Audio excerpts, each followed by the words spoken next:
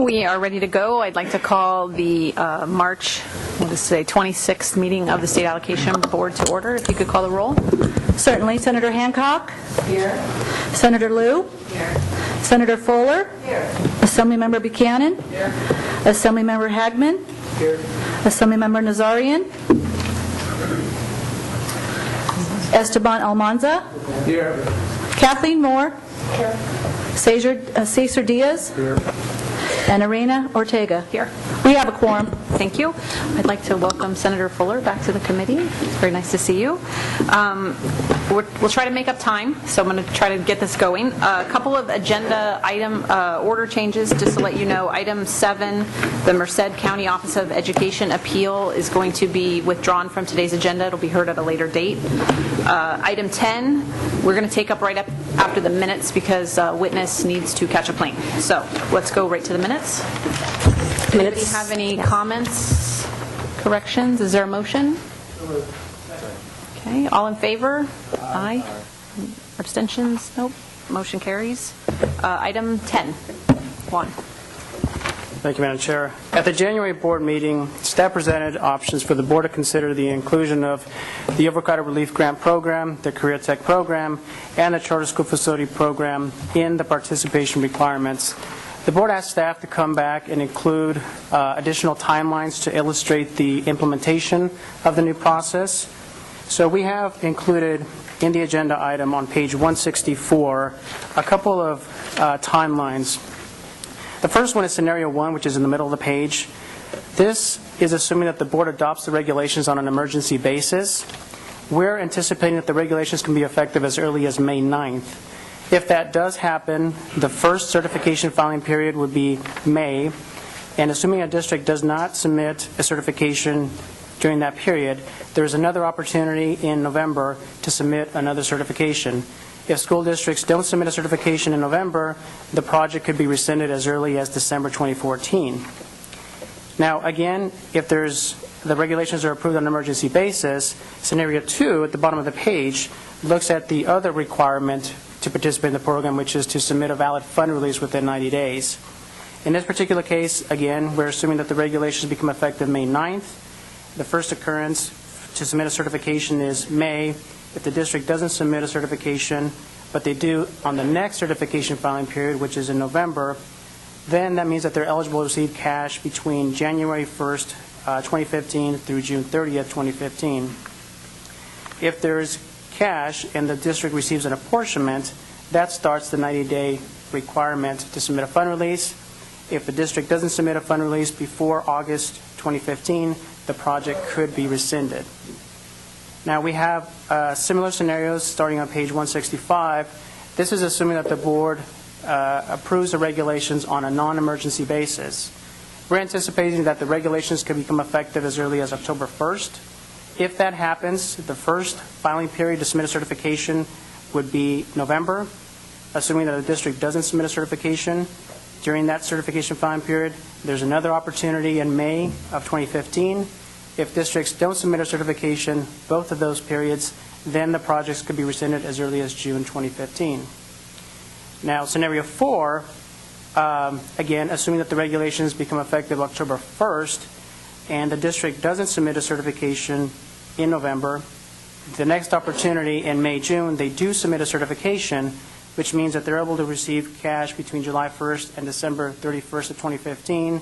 And if there is cash made available, if a district receives an apportionment in December 2015, that starts the 90-day requirement. They would have to submit a valid fund release before March 2016. Otherwise, the project could be rescinded. Next, on page 166, we added a couple considerations for the board. This deals with the career tech projects. Currently, these projects can receive a reservation in advance of plan approvals. Once they receive an apportionment, then they have up to a year to submit the plan approvals to our office, and then after that, the fund release process starts. We added 2 considerations for the board if they wanted to keep this process. The first is that if a career tech program receives an apportionment, they would have 6 months to submit the plans, and then that would start the 90-day requirement. The next option is if they do receive an apportionment, then they would have up to a year to submit the plans, and then that would start the 90-day process. So those are the options that we have, and we laid out the timelines. Again, on page 167, the first option is whether the board wants to include the 3 programs with no changes to the Career Tech program. We would need direction whether the board wants to include them on a non-emergency or emergency basis. On page 168, option 2 is to include the programs in the non-participation requirements, but allow Career Tech projects to have 6 months after the apportionment to start the 90-day process. And then option 3 is to, again, include all 3 programs, but give the Career Tech projects a year before the 90-day timeline starts. And then the last option is take no action. So with that, we're seeking board direction, and we'd be happy to answer any questions.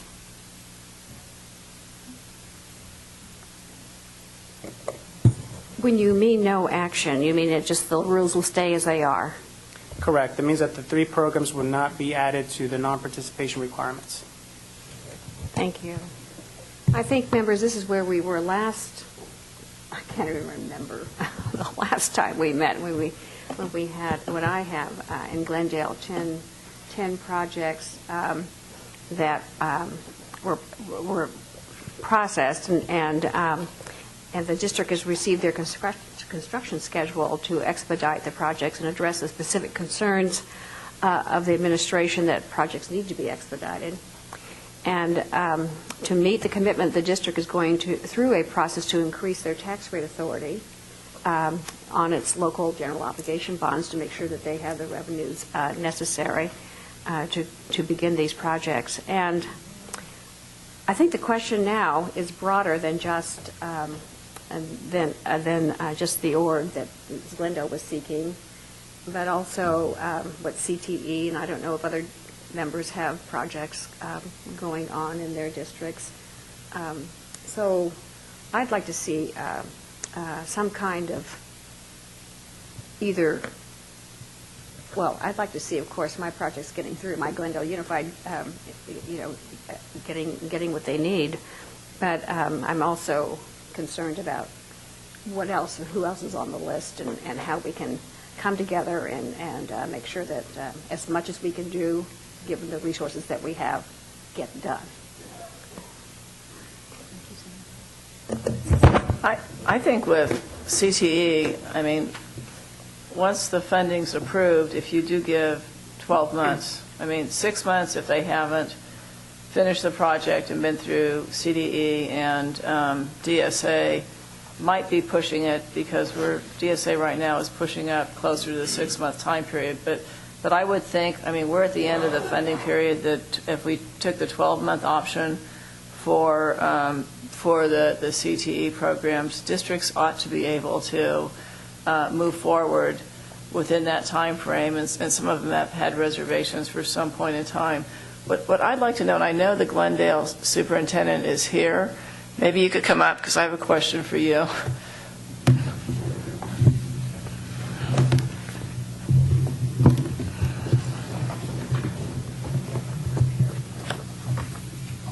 First of all, let me just say this. Clearly, you went back and took a critical analysis of all this to determine how you could expedite the process. So we're not looking at 5 years anymore. But when I look at the scenario 4, where we're not doing the regulations on an expedited basis, we've got 1 month difference between your schedule and this schedule. And I do believe the intent for all of us has been to try and get this money out, get projects done, and put people back to work. So if we did pick option, well, I'm looking at scenario 4, I don't know which option it is, but if we did move to not implement this on an emergency basis, would it not be possible for you to try and move up your last project by a month or 2 to be able to get these in? And it would be difficult. It would not be impossible. What we're asking for is if we could just start the non-participation effective January 1, 2015. That would allow us to do the 10 projects, and we are on schedule to do 2 upcoming in May, additional 2 in November, and then 3 in May of next year, and 3 of November the following. And so we believe we can get all 10 done if we are granted a January 1st non-participation start rate.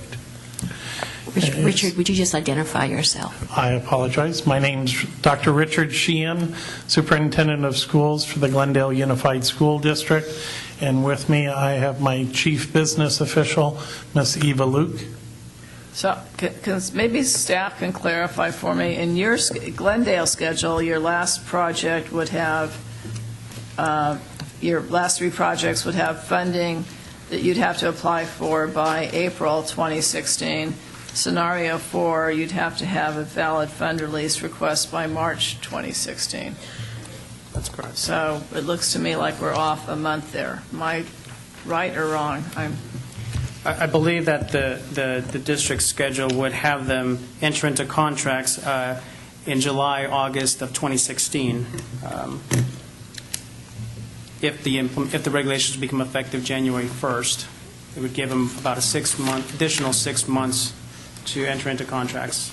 So then maybe when I say your execution schedule has SAB funding April 2016. It has our application to SAB funding around November of November 2015. And the funding on April 2016. That's our estimate. And the application would be early, but you would not, you'd have the apportionment, but the valid fund release not received date would be March 2016. So am I missing something? Are we only a month off? Or are we more than March versus April 2016? Are we only a month off, or are we more than a month off? Again, it's understand that the SAB submitting of the funding application wasn't to enter into contracts. It's understand that they would be entering contracts in July of that year. Okay. So could you? That's correct. So how I read this is that their SAB funding for April 2016 is the same as the apportionment granted in December of 2015. So they're looking at the apportionment being granted in April. This doesn't have a page number. And which would be the subsequent funding cycle. It's not the December funding cycle, it's the subsequent one. So the two things to compare are not the end date March and April, it's the December-April. So on your diagram, when you say SAB funding, that's not a release date? I just want to clarify. That's correct. So what does that mean on your application then? Our application would be... On your chart, I'm sorry. Okay. It would be that we would be entering into the funding round, applying in the November-December timeline. Right. And then should the board or should bonds be sold? Yeah. Can we ask our facility person to clarify? Alan Rising. Yeah, again, Alan Rising with Glendale Unified Schools. It's a little bit of terminology difference.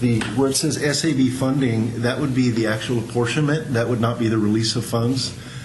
So on what we show as our Phase 4, the application, that would be equivalent to the certification round. So the certification round would happen in November of 15. The apportionment would happen, obviously it's an estimate because it would depend on when bond sales. So when would you be asking for a release then? And then the release would happen after that April apportionment. When are you estimating you would put in your request for release? It would be within that 90-day period after the apportionment. Okay.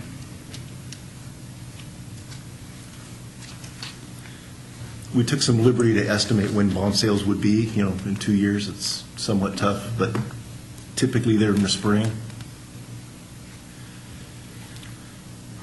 Okay. So, and there's no way you could move up your schedule to request your release before March of 2016? As Dr. Sheehan has said, it would be very difficult to be able to do that. It wouldn't necessarily be impossible, but it would be extremely difficult on a district to execute that many projects all within a short period of time. Can I just ask a logistical question? Why? I mean, why is it more difficult? Why are you staggering it? I mean, my premise is we have a whole bunch of districts that, if we had the money right now, could be getting money. Okay, you've reserved a big chunk, and you're dragging it out for 10 different schools for this. The whole point of having these type of things in there is because we want to get the money out quicker, get the jobs going, and all the rest of it. So there's a lot of schools that are not getting the funding. So by the time you put these regulations in, you're talking, if you're not doing work on a school by March 2016, if we do that, or that's a long time away. And we did have some extenuating circumstances. One, we had an elementary school that does not qualify for ORG. Franklin Elementary go from about 300 students. We put in 4 dual immersion language programs. The school now has 750 students, so it's more than doubled. And we are starting with non-ORG but general obligation money. We are starting construction on that in July of this year because there was very pressing need at that site. With what has occurred with safety concerns, we allocated money to secure all of our elementary schools. So they all have a single point of entrance now that is videotaped. Okay, so we did do some reprioritization, and so that has affected this. And so it's not as though we don't have other projects going on. We are constructing our College View, completely raising, leveling a school and putting up a brand new school. And so we do have other projects that are going on, so I don't want to speak to just these 10 in isolation. And basically we're looking at speeding up the projects, and you have my commitment as the superintendent that we will do all these 10 projects to the timeline, removing 132 portables. We just finished Keppel Elementary, which was our first ORG. The kids are moving in next week. And so we are very excited by the opportunities. We're just coming off of 5 years of drastic cuts. We finally have things moving in a positive direction. Okay, and this would have a profound effect on our district.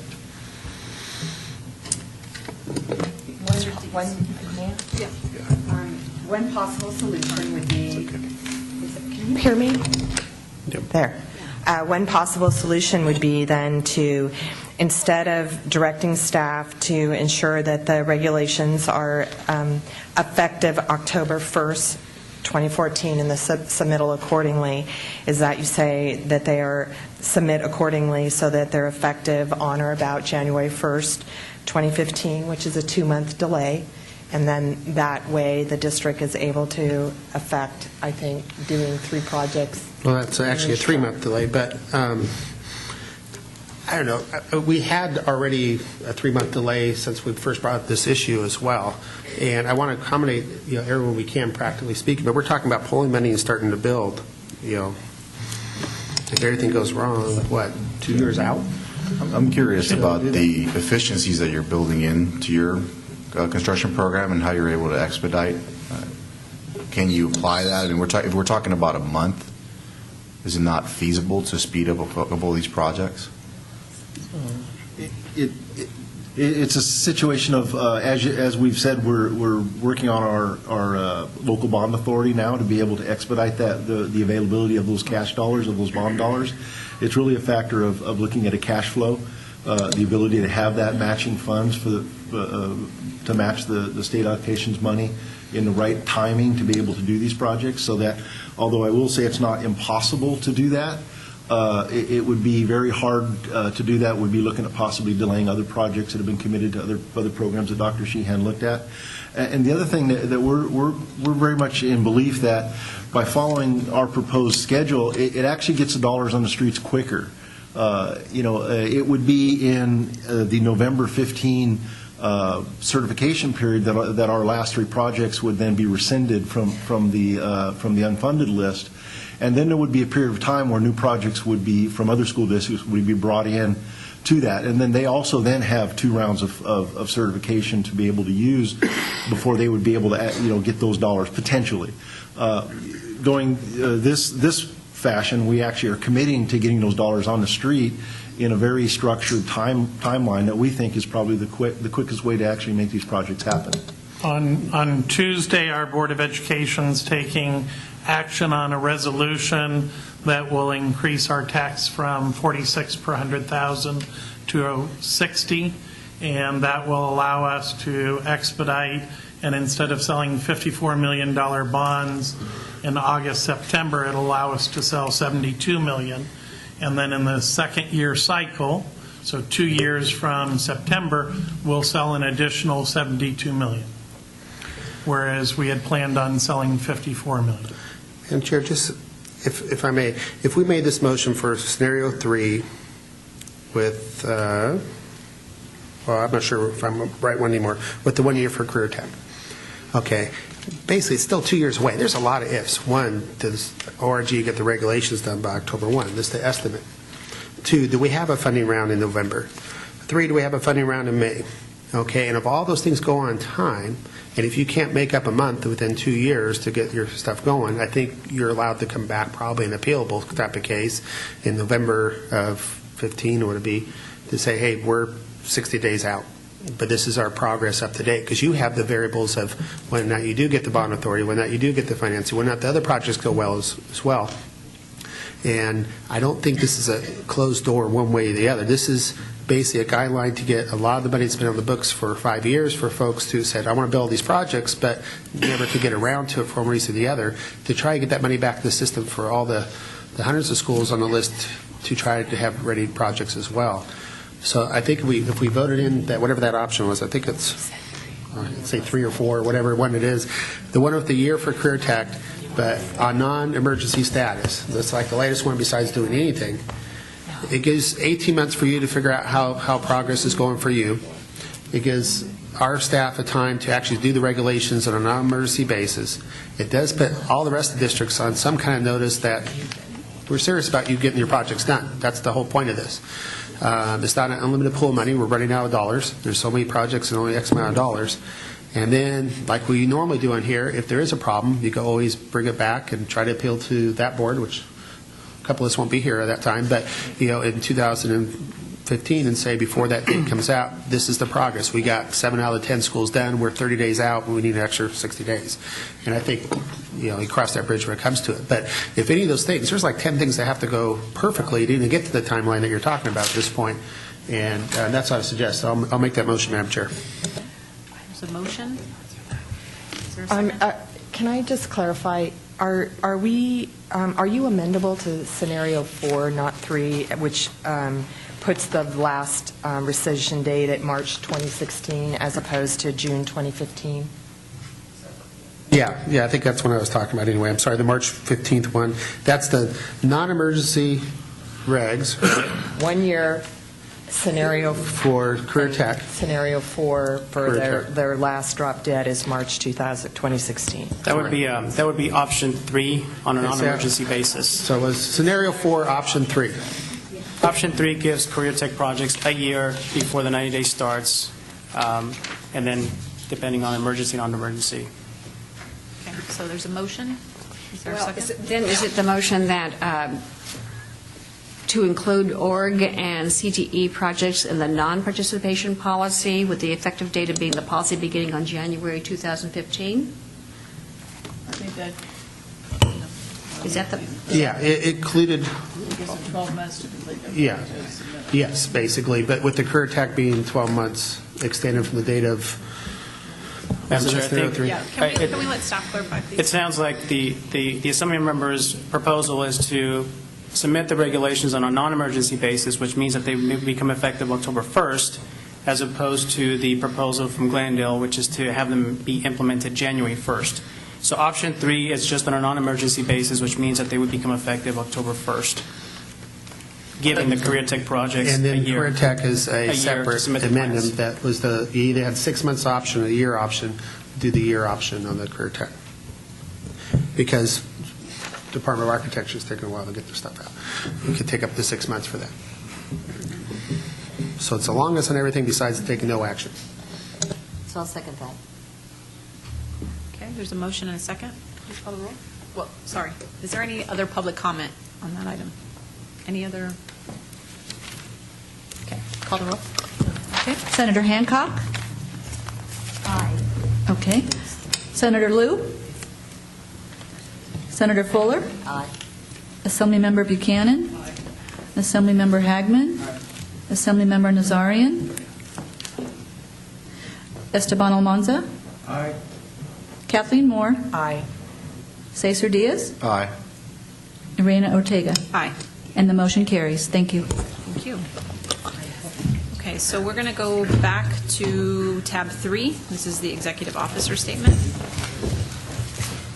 So in the interest of time, we just want to cover four topics today, and we did send an announcement out a few weeks ago just to share with the board that the treasurer was successful in selling general obligation bonds, so we will have a consent-only agenda scheduled for April 7th at 3 o'clock, and so the goal is to put the action on the street of approving unfunded approvals close to $340 million. So that's what we wanted to inform the board. The second item is to share that we're going to have a priority of funding filing period. I know it's a few months off, but I just want to keep people on notice that those folks that have unfunded approvals may submit a certification filing round for the 7th open period, May 14th, and that closes June 12th. So just be cognizant of the new rules, and if you are already been notified and you haven't submitted a certification once and then twice, I realize you may be losing your authority associated with your project.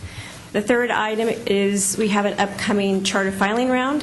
We made that announcement a few months ago, and the filing round starts April 1st. It closes May 30th, and the goal is to have all those documents teed up and ready to go so we can provide awards to those charter projects that are waiting to move forward.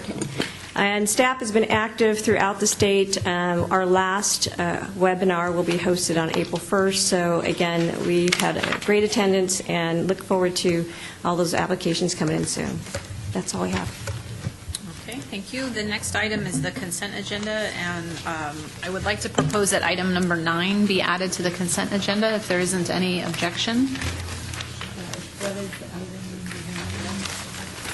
Item 9 is the San Francisco,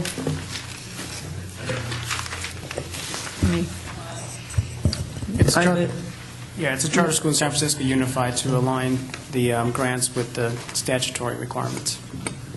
I move kind of a approval with the conforming. addition of item 9. Second. Okay, any public comment? All in favor? Aye.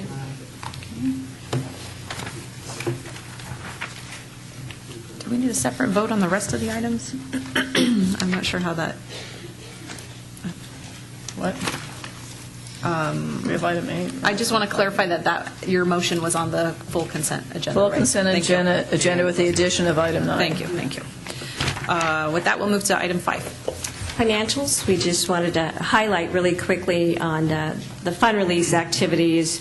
We report out whenever we have a general obligation bond sale and the matter of when projects are awarding the cash, how fast we dispense those cash. And so for the month of February, since we didn't have a meeting, we wanted to share with the board we did have some activity that month. $18.1 million was dispensed, and that is highlighted on page 102. And if there are no questions, we can move on to the next item, which is the status of funds, which is a summary of the accounts that we have open still in the active bond funds and how much activity we have going on for the month. So we wanted to share with the board, although the activity has been providing unfunded approvals and moving those items forward, we have 2 items in the upper category of Proposition 1D that represents some seismic projects moving through, and also we wanted to also highlight there's other projects in the the career tech education that are also being processed this month. A significant activity in 1D is projects have been rescinding, and that activity is noted on the left column. So $3.3 million in closeout and rescissions for Proposition 1D. Likewise, a counter, there's some unfunded approvals in Proposition 1D, so $500,000 there. In the middle category is Proposition 55, just to reflect that there are closeouts in the left column that reflects 5 projects in the new construction area for $200,000, and likewise we have some unfunded approvals moving through of $400,000, and that's 5 projects and 1 rescission in the new construction category. And in the charter category, we have $12.8 million returning back to the funds for the charter program, and that reflects a rescission. And in the lower category, Proposition 47, just to reflect in the left column, $2.2 million in activity related to some closeout adjustments. Also to reflect in $0.3 million of project funds being returned to the modernization pot. So there's been a series of activities in both the closeout and the unfunded approvals. Again, once we get those funds returned, we turn those projects around once we can fully fund a full day. On the next page, one minor adjustment that's happening in the Proposition 1A category in the financial hardship program, we had $100,000 returned on the closeout. And that's what we have to share in the financials. Thank you. I have nothing to ask about the specific thing, but I did have an issue that I wanted to raise, and this seemed like the only place on which to do it. I did request a detailed report on the status of applications in process, both at the Office of Public School Construction and in the Division of the State Architect, in 4 of the fund accounts: the High Performance Incentive Grant, the Seismic Program, Overcrowded Relief, and Career Tech. Just so we can have a better understanding of how to manage the remaining funds in these accounts based on the applications in process. The report that I got back was helpful, but it was really only half the process. It was what was in OPSC, not what was also in the Department of the State Architect. And so I'd appreciate it if we could also have the full information about applications that are already beyond Phase 1 for seismic mitigation, and so that we can know the total of the project applications in DSA for seismic. Last year it was more than $120 million, and we need to know, I think, where that is now, especially because there were some requests later in the agenda to take money from seismic. And quite honestly, my concern is I don't want us to have an earthquake and have some project that was all ready to go and we use the money for something else. The governor is also looking, as you know, in the budget of sweeping that money for other things, and I just would like to have that full accounting. I'm sorry, I would just like to caution the board that if it was not agendized, we may not be able to discuss it here. So why don't we suggest that the staff provide the information, and yes, we can. And we can take it up next week. I didn't want to have a big discussion, but would like to get the information before we make other decisions. Thank you. Okay, are there any further comments from the board or from the public on any of the status of funds or financials? Okay, seeing none. Let's see, we're on item 8. CINNABAR Elementary School District. Move it, Madam Chair.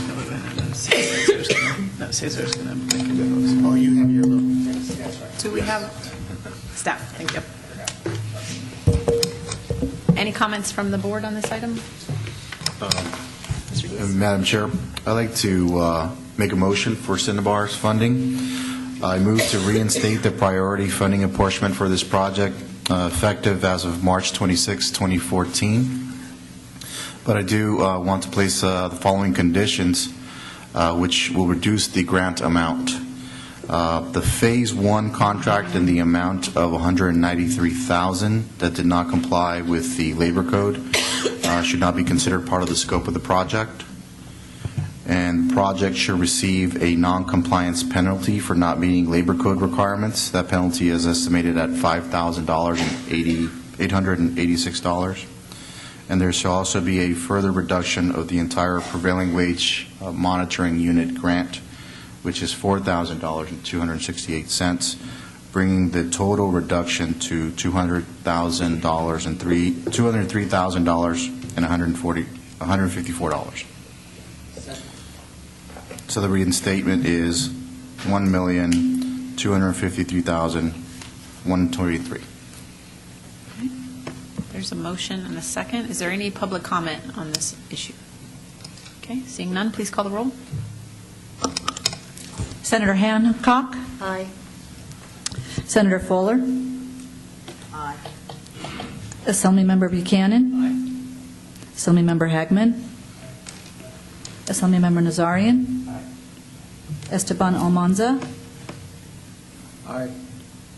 Kathleen Moore? Aye. Cesar Diaz? Aye. Irena Ortega? Aye. That motion carries. Could I just make a comment on this? Sure. I voted for the motion. It seemed like the best thing to do under the circumstances, but I would note that I think these tiny little districts are at a big disadvantage, and they did actually pay prevailing wage, but they didn't file the piece of paper. And because the situation with Merced was a kind of similar situation, I'm wondering if we have or could create some kind of a model calendar that would have like a checklist of everything that people have to submit, or a warning system like we all have on our calendars that 15 minutes before you're supposed to be someplace tell you, but maybe for our projects, remind them that their paperwork is due or they're going to lose their place. Because I know that small districts often don't have facilities coordinators, they can't afford consultants, and they have this kind of thing happen. It's too bad.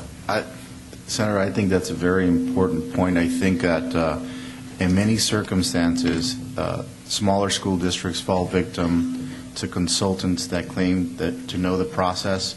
They come in and they say they will handle the application all the way from start to finish. And at times, those school districts do not protect themselves, I think, where they can in their contractual agreements with those consultants. So I think it would be a good idea for a lot of the associations that are here and representatives to actually get the word out about some of these requirements that are in there, because it does cause a lot of hardship to these smaller districts. I would just like to thank some members here for helping work through a solution on this. We know we've been sitting on a problem with labor compliance. We switched funds around many, many times, and we knew we were going to be pushed up against this.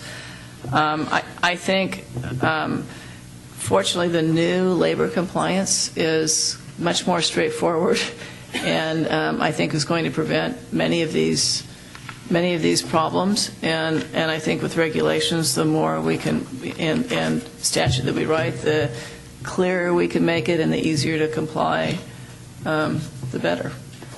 But I also do want to say that I think the Merced situation is different, but we can talk more about that offline if you'd like to.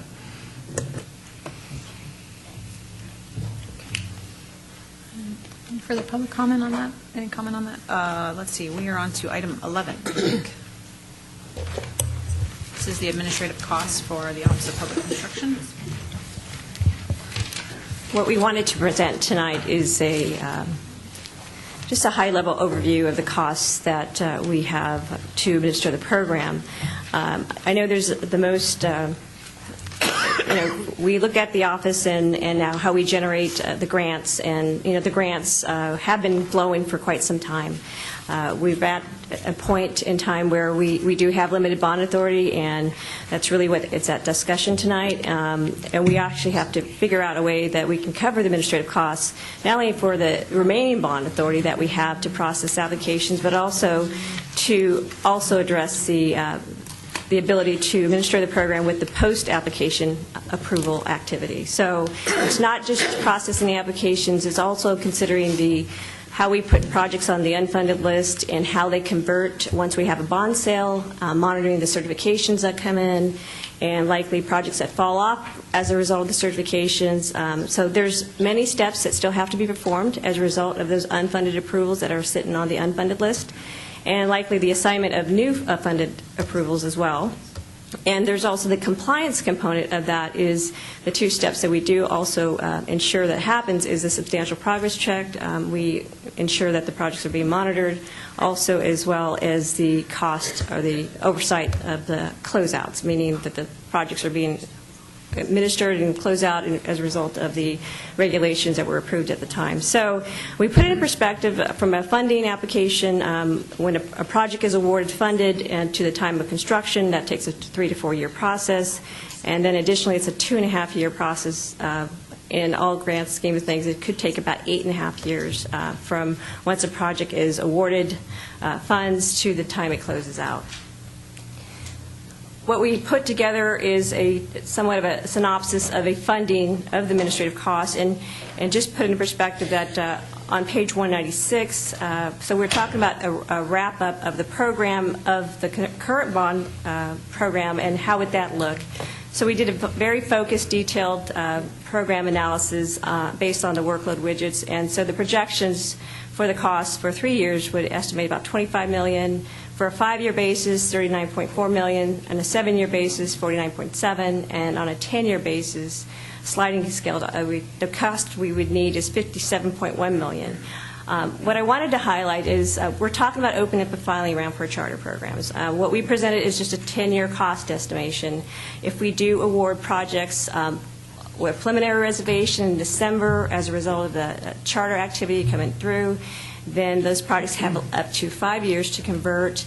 So we're talking about a 2019 potential conversion date, and then they have projects may sit on an unfunded list depending on the timing of the treasurer sales, and that could be a year to 2 years out. So we have definitely workload beyond this 10-year projection. So once the projects are occupied, the projects have 3 to 4 years to complete, and then when they're occupied, there's still a 30-year loan component that some charters do activate. So there is still the collection of those funds and the notifications of sending out those various notices for the bond activity. So again, I just wanted to highlight the amount of activity that we still have on an ongoing basis.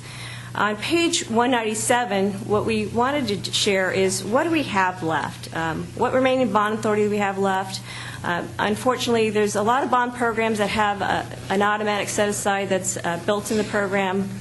When these programs were initiated and the bonds were enacted, the cost for administrative oversight was not built in. So putting that in perspective, we're down to very limited bond authority. We have $351.1 million left in the various categories: new construction, 20.6, 15.4 modernization, 159.1 in seismic, career tech, 3.7 million, charter, 100.5, high performance, 35.2, and overcrowded relief, $16.6 million. So what's before us is how we're going to split this allocation up to cover the cost of the program. I know what we presented was the cost for just the review of the Office of Public School Construction, but we also want to acknowledge there's other costs associated with the program that would include Department of Education and the Controller's Office. So not having that opportunity to factor all that in, we also wanted to identify there's other costs associated with the program as well. So some of the options that we did lay out was quickly to identify what CSFA had carved out in the 2006 bond initiative. CSFA, they performed financial reviews on charters, and so they had built in statute a 2.5 up to 2.5% carve out, and so If you take that into mind, we're now just opening up a charter filing round.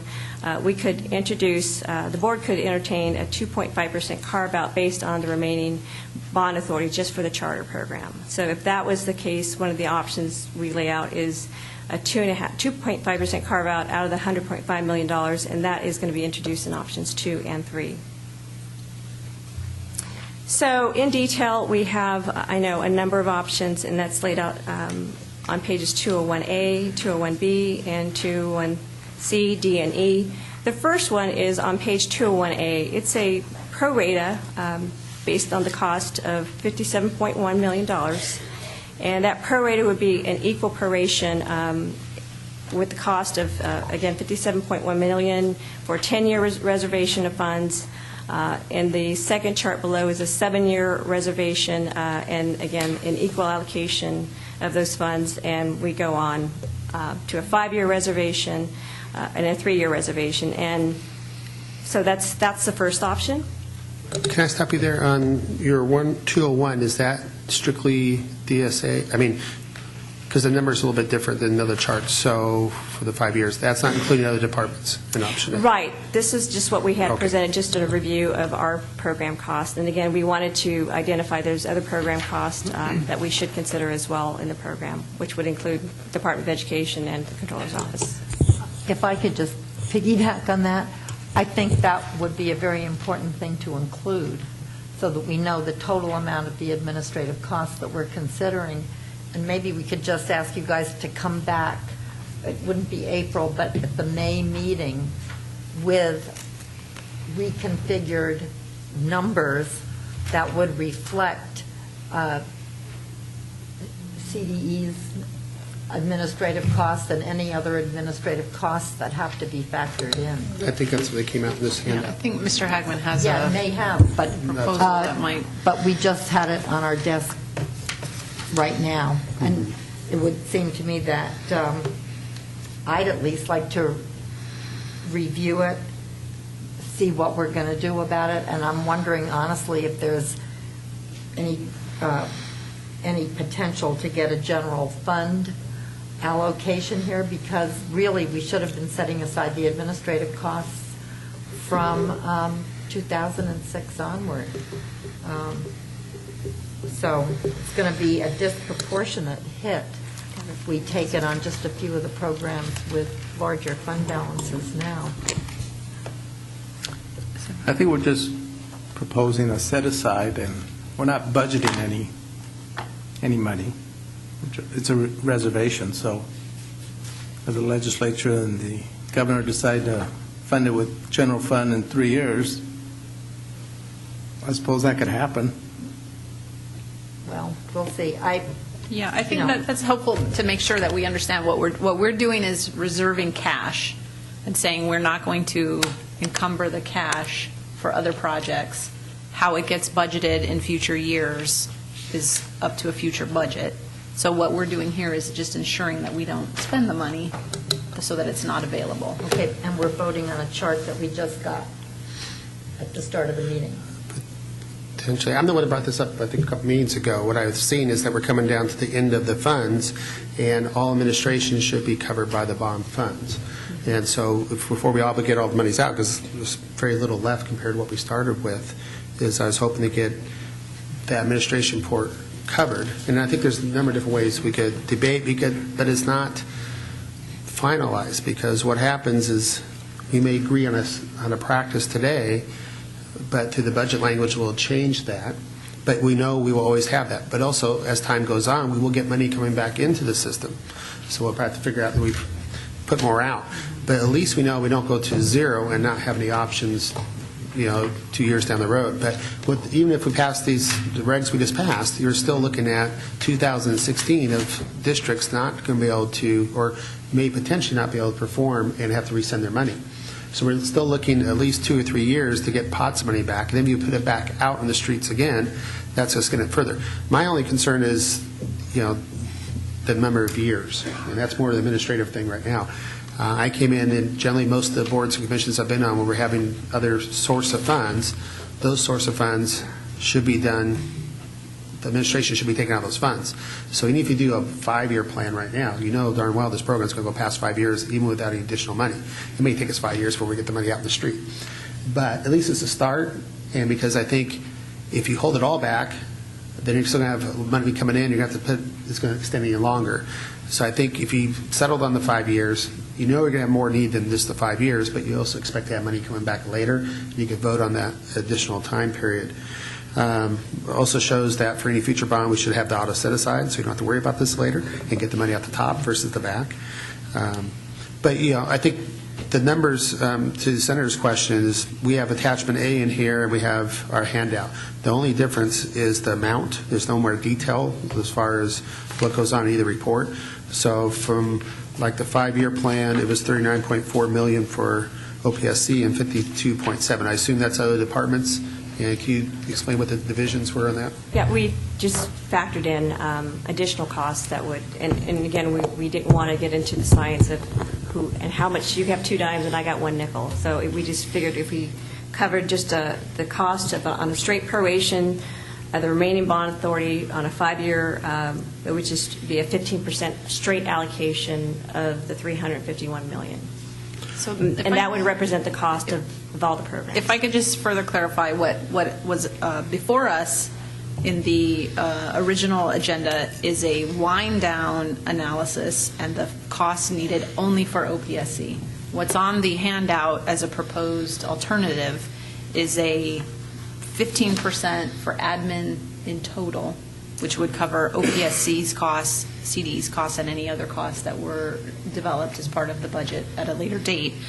It would set aside the cash for the total as more of an admin item rather than OPSC's costs. And I think, Senator Hancock, I think there was an attempt to spread the costs in a way that more reflected the workload of the program in the long term, and to not hit any one particular program any harder than any other.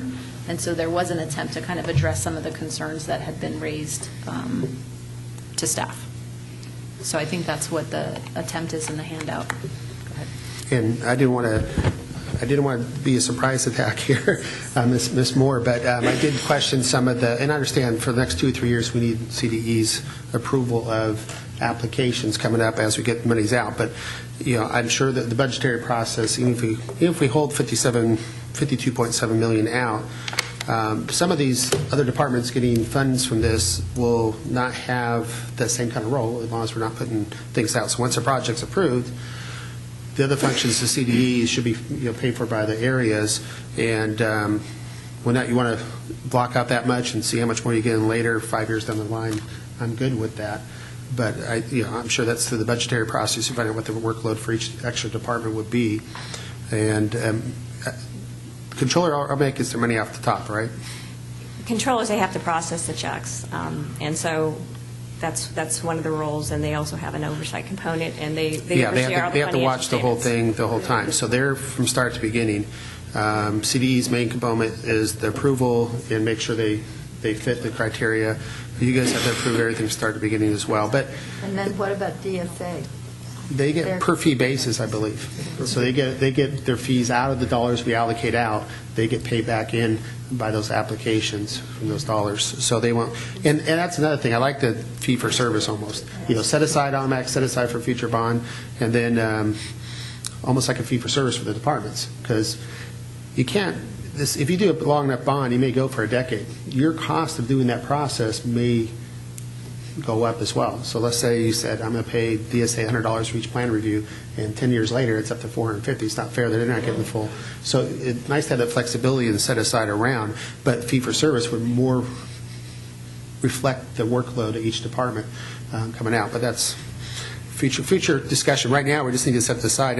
And I've been most critical, and I'm the one who brought this up, so I guess I'll make the motion on, out of all the different programs, so we don't have a big chunk coming out of seismic, a big chunk coming out of our charter. I like option, I guess, I'm going to call it B, the second one, second half of the handout. I still have my concerns that 5 years is not enough, and I'd rather see 10 years in there, but I think you'll have more money coming back in after 5 years. And so I think the administration will be covered by the rescindeds and the money coming back in after that time period, but at least we know not to go past the first thing. So I'll motion a number, I'll call it B, second half of the handout. Thank you. Go ahead. So I just want to get straight, because when we tell people we're taking 15% out and you pay architects around 9%, it's a lot. But I assume that's because of we're making up for lost time, so to speak, for projects that are already in process that we didn't make a reservation, but we still have auditing and other sorts of obligations, correct? That's I just correct. want to clarify that for anyone That's who looks at the 15%, because I do agree for future bonds, we ought to just decide if it's the same as charters at 2.5% or whatever, we ought to decide what that is and handle it in a different way. Yeah, I would say, too, I mean, I come from the developing family, is that, the 10% for architect fee, all that work for the most part is not up front. You're not I there know. for I'm the just saying, length if of the... a layperson looks Yeah. at this and they don't Seems like a big chunk, understand yeah. the context of it, it looks very high. So I can support the motion, but I would like to maybe suggest that a different approach that would give us more flexibility, and that is that we reserve that funding. But, to move money around in some of these categories, you either have to have a vote of the members here or a 2/3 vote of the legislature. And as we wind down, I also think we want to have as much flexibility as we can. Is there a reason we can't reserve the funding and on a year-to-year basis determine or vote on where we take that funding? And of course, then you can also determine how you allocate based on what the actual workload is of the different agencies. But if you take this proposal and you take all of the remaining new construction in mod dollars, that potentially puts you in a difficult situation when we may end up with more seismic dollars. I mean, so I just like to suggest that we think about. I agree what you're going, but let me do the alternative on this. If you don't set aside, particular bond categories, right, then it's by what's coming in. So then you're forced to make a decision. You can always readjust this 2 years from now and say we're going to allocate up to that, whatever that limit is, and then as money comes back, as priorities change, you can sit there and reopen that up and say, okay, we're going to do this. But once you spend it, you can't go back. And so that's why you got to put the stop. You're working down to a certain level, stopping until you can readjust it later. But if you don't put what category it comes from, and money just goes out, you may be left with all seismic or all charter. Aren't you setting aside a certain percentage of the remaining bond authority? Isn't that what we're doing by taking But it can't just be a category. You have to initially start with a place So you're I'm taking just it from. suggesting that we determine on a year-to-year basis, if we're taking out 15% of the remaining bond authority bonds to be sold, that on a year-to-year basis, we determined from what categories we're taking those funds. So annually, we're, depending on how much we sell, we're going to take that out. But annually, then, based on estimated bond sales or whatever, we take a look at from what categories we're going to take it, and we make that reservation. So I just think that gives us a little bit more flexibility. I think we're saying the same thing, but what you're doing is today, if you take this action on option B, you're not going to go out for modification or new construction any more rounds, because you're just putting that aside. Right. Now, a year from now, if you have rescissions, you have money coming back in, and all of a sudden you have $250 million left in new construction, you can make a decision, okay, we're going to go spend that, down to 220. You can make annual adjustments, but if you say just reserve 52, the accountants won't know where to pull 52 from, and they'll spend the 20.6 out in their funding round. They'll spend the 15.4 in the funding round, and if nothing comes back, the only thing left over is charter and seismic, then you're out of all the dollars. So I think you put the reservation in now, you can adjust it a year from now, 2 years from now, 3 years from now, but you just don't go down. So you just hold these, that's your bottom line number. So if we had a new construction project come up that we really felt should be funded, then at the time it would come up this year, we would have to. Then you have to come back and you have to vote of us to do that. At the same time. Yeah, but my concern is also with the workload. We, a while back, made a policy to keep taking applications based on the idea we may or may not have a new bond. We'll know pretty soon if we have one for this year around, at least when that goes on the ballot. We're working But on it. where does that stop? Do you want, let's say this thing does not somehow make it out this year. Do you want CDE to keep taking applications for the next 5 years? So could we, to maybe get us out of here by 6, could we maybe modify your recommendation to the extent that, that we reserve that amount according to Plan B. Plan B, with the provision that the board has the ability to modify as necessary? As we go forward. Okay. What does that mean then, actually? First come, first served in any category? How do we modify as necessary? Well, I think if there were a $10 million, new construction project that came up 2 or 3 months from now that there's a compelling reason why we needed to fund it, then you'd have to take the money, that $10 million of that money that you reserve from another category and take it out of another one. The only problem I see, we already have a multi-hundred million, if not billion-dollar waiting list for new construction dollars. Right. So why would you open it up? I would say look at a year from now and see what projects were completed or not, and then you could just do it each year before the budget section. Just do it that way. But you don't want to just, otherwise you're still doing all that work, but really don't know where to pull the money from. So keep it for a year, and then come back, look at it again next year, and see if that's still your same priority a year from now. But still modifies it, but you don't keep taking applications. Right now, you can spend all the new construction money today if you wanted to. You can do all the bond money today if you wanted to. But what we're saying is, once you do that, then the smaller programs didn't have much money to begin with. They're going to get hit hard. Okay, so we have a motion to adopt Plan B, as we're calling it, which would reserve $52.7 million across a variety of programs. I'll just say for the record, it would hold new construction at 20.6 and modernization at 15.4, and the balance would be prorated across the rest of the programs. That equates to about 15% of the $351.1 million left in the program. So that's the motion on the floor. Is there a second?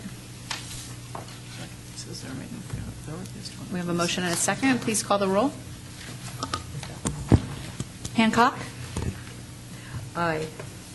Lou? Aye. Fuller? Buchanan? Aye. Hagman?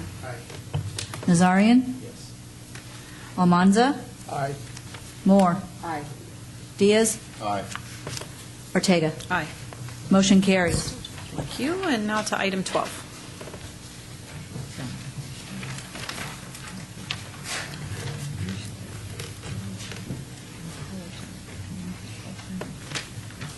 And I'm going to stop for 1 second to say what I always forget to say. Is there any public comment on item number 11?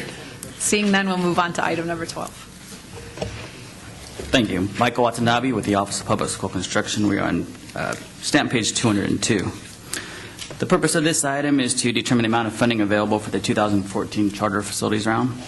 At the November 2013 meeting, the board established a filing round for charter school facilities beginning April 1st, 2014 and closing on May 30th, 2014.